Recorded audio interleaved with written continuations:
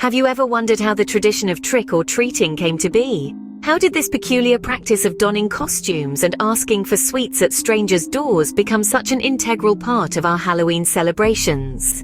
Let's embark on a journey through time and unwrap the history of trick-or-treating. Our story begins in the ancient Celtic festival of Samhain, more than 2,000 years ago. The Celts believed that on the night of October 31st, the boundary between the worlds of the living and the dead became blurred. To ward off any lurking spirits, they would light bonfires and wear costumes. Fast forward a few centuries to the Middle Ages. A practice known as souling was prevalent in Britain and Ireland.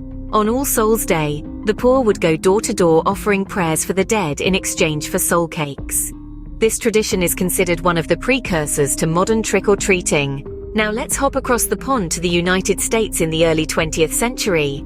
Halloween was more about community gatherings and parties. The concept of trick-or-treating as we know it hadn't quite taken root yet. However, by the 1930s and 40s, the practice began to gain popularity, aided in part by an influx of immigrants who brought their own cultural traditions.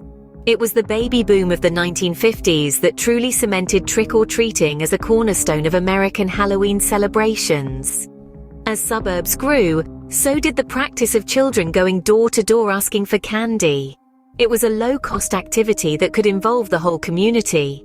So, what have we learned about the history of trick-or-treating? It's a tradition with deep roots, tracing back to ancient Celtic festivals. It evolved over centuries, influenced by practices like souling during the Middle Ages, and took its current form in mid-20th century America. From warding off spirits with costumes and bonfires to exchanging prayers for cakes, and finally to children in search of sweet treats, the practice of trick-or-treating has certainly come a long way.